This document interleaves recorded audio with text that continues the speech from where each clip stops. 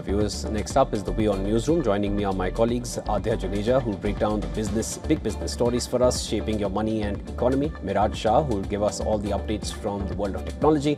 And Athira Shashidharan, who will take us through all the action from the world of sports. Let's begin with Adya for the market updates. Well, thank you so much, Shivan. Markets remained on edge as geopolitical tensions, strong trade data and rising inflation shaped the global economic outlook. Let's start with markets first. Asian markets traded in volatile fashion as oil prices climbed to a one-month high following renewed US action against Iranian shipping in the Strait of Hormuz. The Chinese stocks gained after stronger than expected trade data, while Taiwan lagged despite a broader regional recovery. Investors are also waiting key US inflation data and Federal Reserve signals for clues on the interest rate outlook.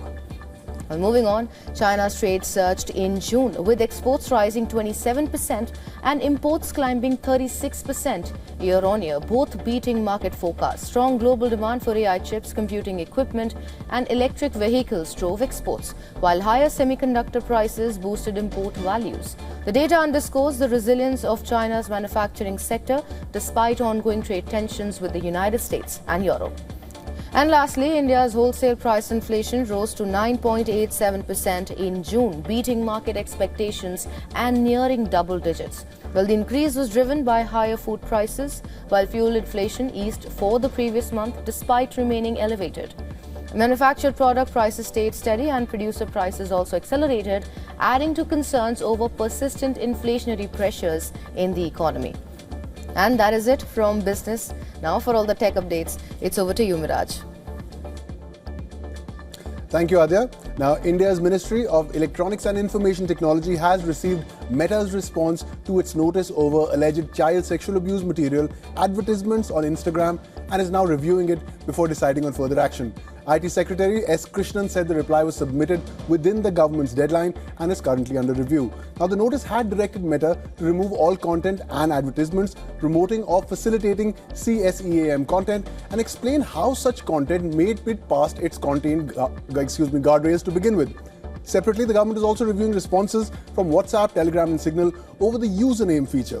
Moving on, the US Federal Aviation Administration has cleared SpaceX to proceed with its next Starship test flight after closing its review of the booster return failure during the rocket's May test mission. The FAA said that the failure was caused by heat damage, erroneous engine alarm settings when 5 Raptor engines failed to restart during the booster's landing attempt. Now, SpaceX has implemented 4 corrective actions to address the issues. The 13th Starship flight could take place as early as Thursday this week from Starbase, Texas, and will mark the first deployment of 20 Starlink V3 satellites from the rocket. Finally, Canada's federal banking regulator has warned the country's largest banks and insurers about the cybersecurity risks posed by advanced AI models, including Anthropic's Claude Mythos. Now, the Office of the Superintendent of Financial Institutions said powerful AI models could dramatically shorten the time needed to find and exploit software vulnerabilities, leaving financial institutions with less time to detect and respond to cyber threats. The warning was sent to the chief technology, security and risk officers across Canada's financial sector as regulators worldwide step up scrutiny of AI-driven cyber risks. The regulator has also issued new guidance urging banks to strengthen risk identification, mitigation and incident response. That's all we have for you from Tech. For sports, it's over to you, Athira. Thank you so much, Miraj. Here are the top sports stories we're tracking for you at this hour. We'll begin with football. First, the semi-finals of the World Cup are here.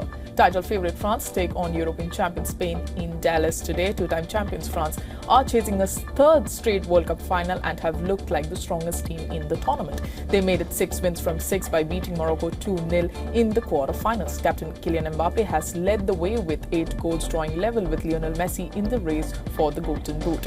But standing in their way is Spain, the tournament's best defensive team. Spain also have the edge in their recent meetings. They beat France in the Euro 2024 and the UEFA Nations League 2025 semi-finals.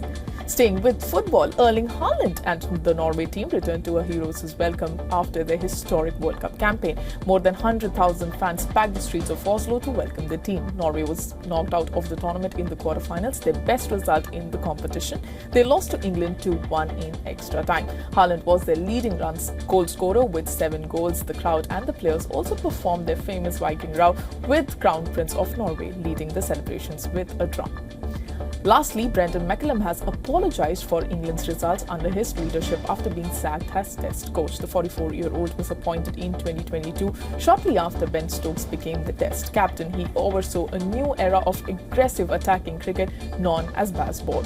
However, England lost 20 of their 49 tests under McCullum. That included 7 defeats in their last 9 matches. They also failed to win 5 test series against either Australia or India during his time in charge. McCullum will remain as head coach of England white ball team. He has a contract until the end of the 2027 ODI World Cup in South Africa. Well, with that, we've come to the end of the sports segment. It's back to you, Shivan. Atira, thanks so much for those. Miraj and Adya, that's a wrap on the WION Newsroom, and I'm Shivan Janna. We'll step into a very short break. Please stay with us.